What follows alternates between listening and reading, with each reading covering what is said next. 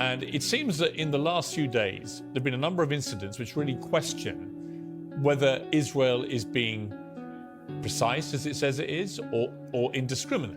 And I would cite the killing of the 3 hostages. I would cite the killing of the 2 women outside the Catholic Church. I would cite the President of the United States saying that they're using indiscriminate bombing, and so on.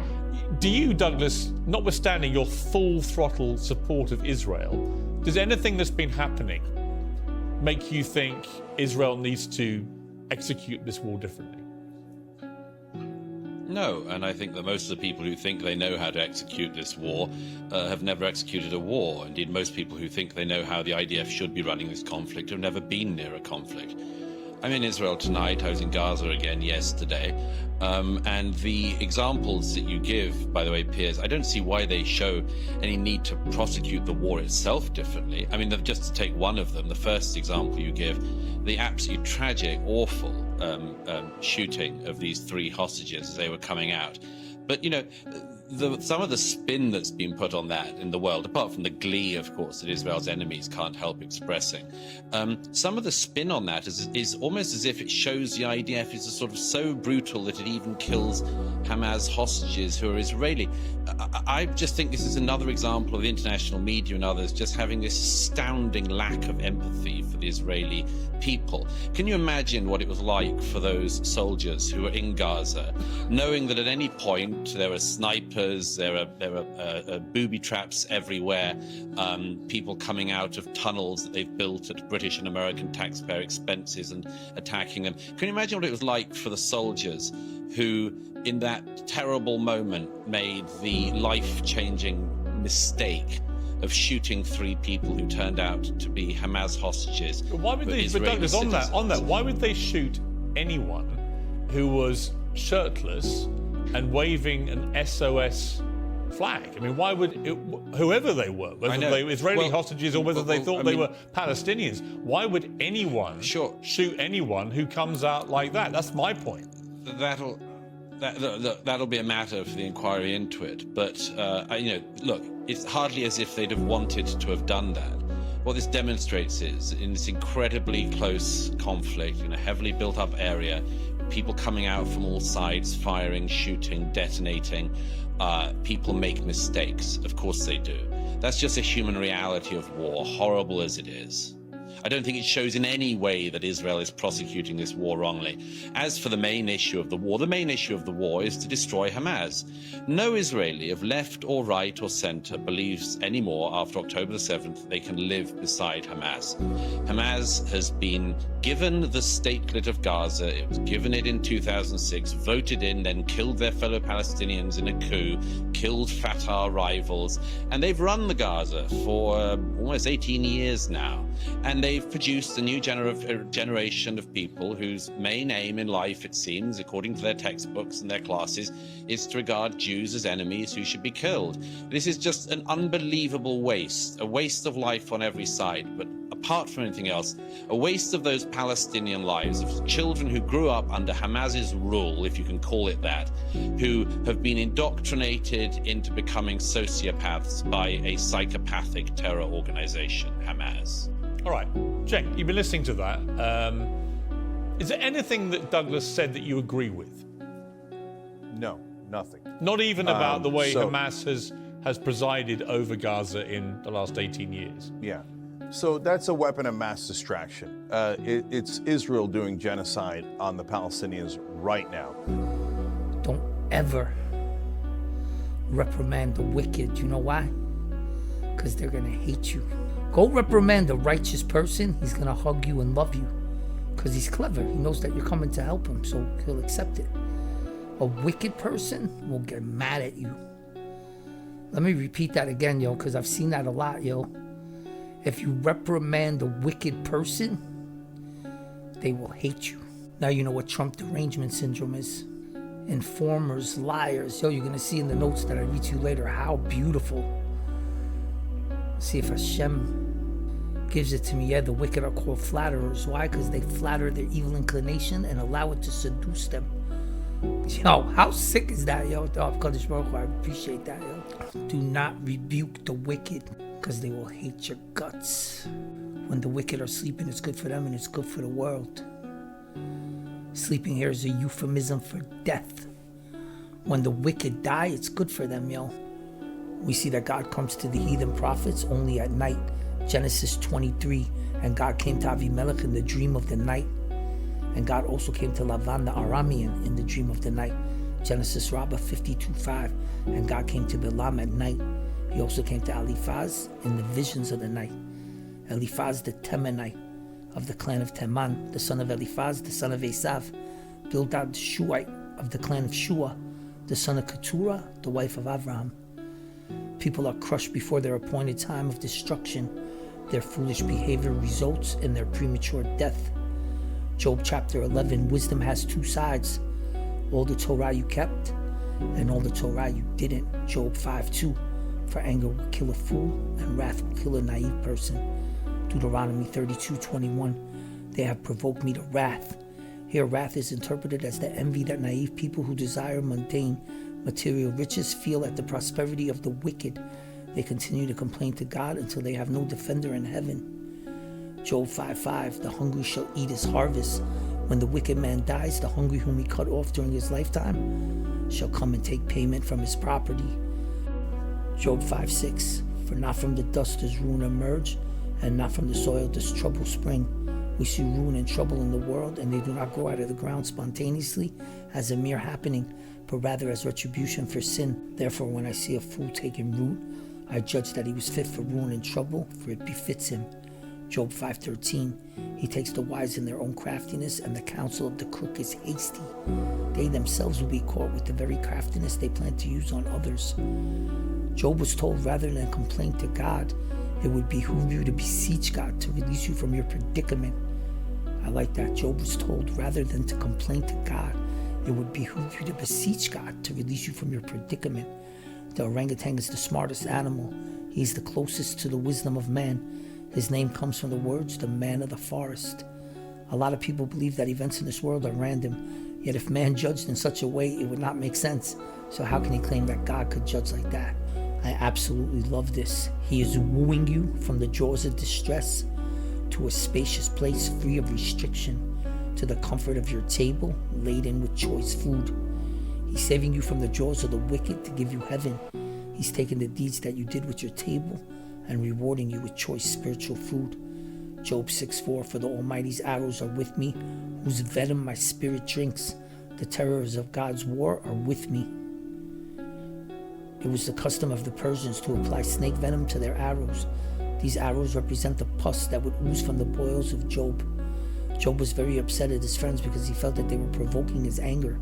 Here he was in excruciating pain and they were giving him speeches of correction. Job says, is it not bad enough that I suffer these troubles? Should I also suffer disgrace at the hands of my friends? Water naturally flows downward, but when it evaporates, it goes up and disappears because it is no longer a benefit to man. Wealth is called koach. You know why? It's called power because of the strength it takes to accumulate it. We would think wealth is power because it gives man power, but it's a false truth. It's showing you that in the end, your wealth means nothing if it's not used for good. Job 6:27, you cast wrath upon an orphan and you dig a pit for your friend. Job is telling his friends that with your judgment, you cast wrath upon a poor person like me with this line of judgment, and you dig a pit for your friend into which to cast him. If a physician cures a terminally ill patient, that patient will remain indebted to him for life. He will do everything he can for him. The same should be true of our service to the Almighty. Since God gave us our lives, we should serve Him constantly with no thought of reward. Nonetheless, God rewards us for performing the commandments because it brings Him joy to make us happy. However, Job claims that his service to God is perfect without the thought of reward, like a slave who seeks no reward, but only to take shelter in the shade of his master's house. Job did not claim that he did not sin. Rather, he complained that the punishment outweighed the sin and that his suffering was longer than it should have been. Job believed that a man was so insignificant that he couldn't hurt God. So therefore, why should he be punished for sins against him? It says that Job also did not believe in resurrection of the dead originally. Job 7:19, how long will you not desist from me? How long will you not let me go until I swallow my spit? Job was saying that his pains were so steady that he couldn't swallow without his pain being there. Your enemies who rejoice at your misfortune and enjoy your suffering will be clothed with the shame when they witness, I like this, yo. Your enemies who rejoice at your misfortune and enjoy your suffering will be clothed with shame when they witness your prosperity. This verse is talking about the Palestinians who celebrated on October 7th. Bildad said that the prosperity of the wicked is to their detriment, like the moisture found in certain plants, which causes them to dry up quickly, like the marsh. Pharaoh hardened his heart and was destroyed. So it is with all those who harden their hearts. Ooh, that's dope. Job 9:6. He'll cause the earth to quake when God looks at it and it trembles. Rashi, that's dope. The angels were created on the second day, so no one can say that they had a hand in creating heaven and earth. Job 9:10. He who performs great deeds without limit and wonders until they have no number. Bildad is saying that God's miracles are so constant that they cannot be counted. Job 9:16. If I call and he answers me, I will not believe that he would hearken to my voice. The prospect of his listening to me is so unlikely that I myself would not believe that he was listening to me. Yo, the book of Job is dope. I'm only like a quarter of the way in. Mega deep, yo. Mega deep. I like when he said that my pain is heavier than the sands of the seas. You know how heavy all the sand in the world, man? Normal. Think about the earth, that the earth can hold all of that weight, yo. I never even thought about that, yo. What a miracle, yo. Even with gravity, it would still be way down. But God lets it stay up in space, yo. Come on, man. You're a little dot in the universe, yo. I like when I said that even the strongest man will end up in the dirt. Fear God, my brother. Shun evil, my sister. Dress modest. Yo, today my boy is sending me pictures of his girl. Yo, like on the train, showing like her, you know, how sexy she is. I said, yo, are you crazy, yo? Stop sending me these pictures, bro. It's ugly when a girl dresses modest, yo. It's unattractive, you know what I mean? Plus, you shouldn't be showing off your beauty, yo. You should be showing off your beauty to your husband only. Remember what it says, yo. A man and woman who have relations in sin will end up hating each other. That's why you see a lot of these marriages end up in divorce and they hate each other. Why? Because they have premarital relations. It started in a sin. It was attached to evil. It was attached to the Satan. It was attached to chaos. It was attached to destruction. And they say that a fight in a house between family members is worse than the war of Gog and Magog. You don't get it, yo. So what if you try to make peace with one of your family members and they're a jerk? Then you're patur. Yo, study Torah and you'll get a lot of answers just based on your knowledge, yo. You'll think about certain situations. You'll think what God did. Here, like with Gaza, we think about the hostages. What do you think that when Dinah was raped, Shimon and Levi didn't go and get her? They went and destroyed the whole city, the cattle, the infant, everybody, yo. And Yaakov got mad at them. Yo, just kill the ones that sin. Don't kill everybody. But that was different. Today with Hamas in Gaza, they used their civilians as human shields. 80% of the Gazans voted for Hamas. And look at how arrogant, yo. Look what God is going to do to Hamas. If I told you they're going to eat their children, that's easy. That's it. It's going to be worse than that, yo. Worse than that, man. You'll see. You'll see. Because not only do they kill God's children, they kill them and brag about it, videotape it, embarrass them, yo. Sending family members videos of their loved ones being murdered.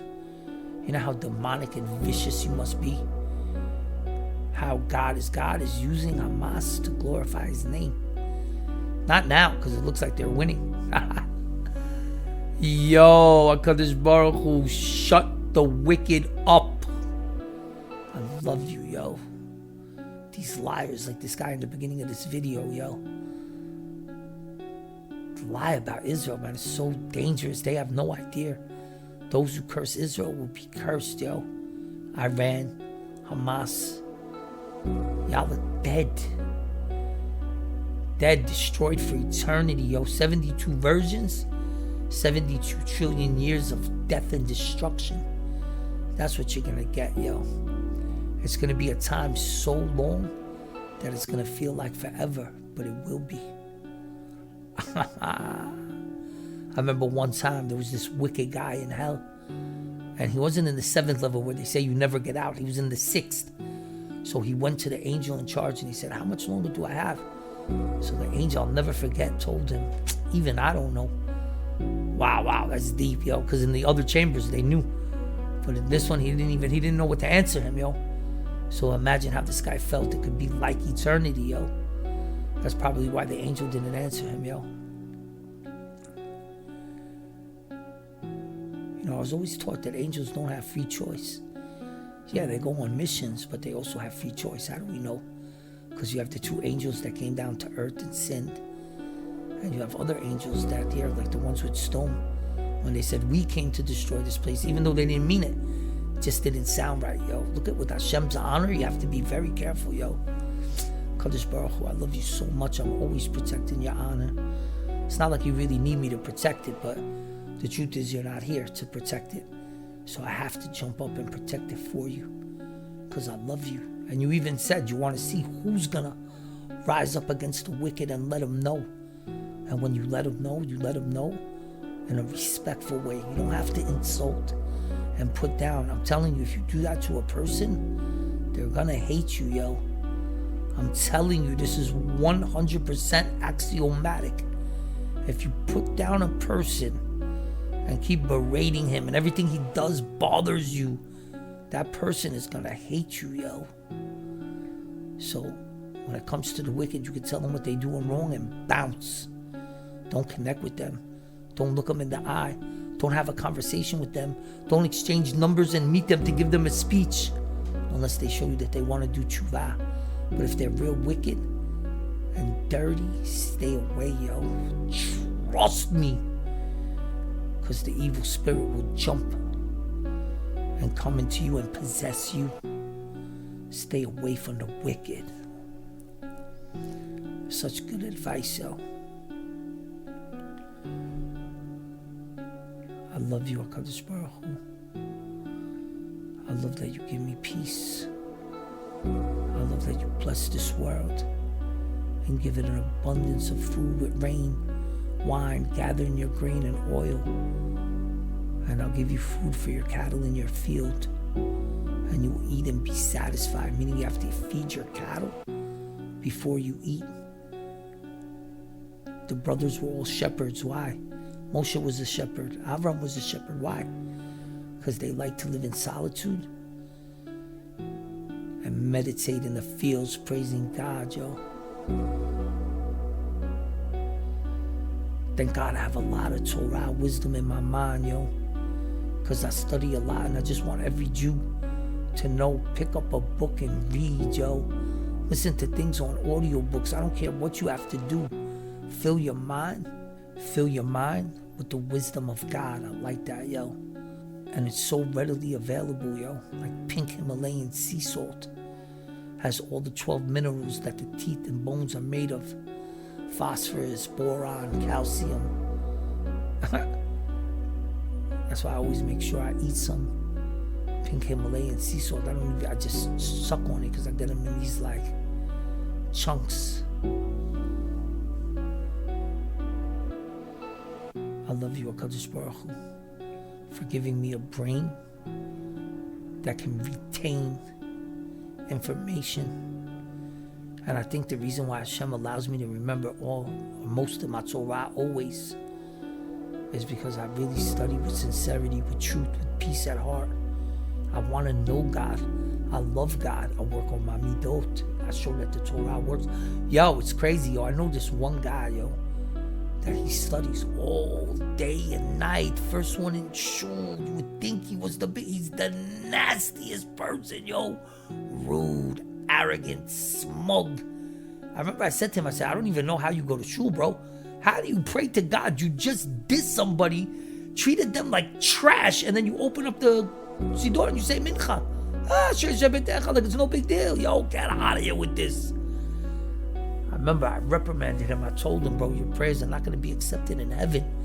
How could a Jew say that to another Jew when that other Jew is arrogant, smug, and nasty? That's when, if you really study Torah, it will melt your Yetzer Hara. You won't be arrogant and smug. You won't ignore people. You show respect. Yo, the wicked are so wicked, yo. It's scary, yo. It's like layers of an onion. They get more wicked and more wicked and more wicked. Just when you thought they couldn't get any more wicked, they got more wicked. That's why God is going to destroy them for eternity. They cause too many problems in this world, yo. Real talk. I love you, HaKadosh Baruch Hu, that I was able to do another video 2 a day. It's been a minute since I had a 2 a day. But I appreciate that I was able to read the notes from the book of Job. I'm only on page 40, yo. Got another 200 to go, but I'm eager to read it. And I'm happy to see it. And you wouldn't believe me, yo, but sometimes I open the book. The first 10 seconds already, I have tears streaming down my face. It's not tears of sadness. It's tears of joy that I'm connecting to the wisdom of God, yo. You got to see it to understand it, yo. Maybe you have that same feeling. If you do, then you know exactly how I feel. If you don't, may God give it to you. Love you, HaKadosh Baruch Hu. I'll always love you. And I will bow down to your name at any time. When Goliath from Gat came, Philistine came, started dissing God, bro. Disrespecting God, yo. Yo, these people are tripping. With 3 stones, Hashem killed them, yo. Crazy how Hashem does it. They keep going against God. And they keep getting head stomped to hell, yo. And it says you shouldn't end things on a negative note. But when you're talking about destroying the wicked for eternity, that's actually a positive thing. Love you, Hashem.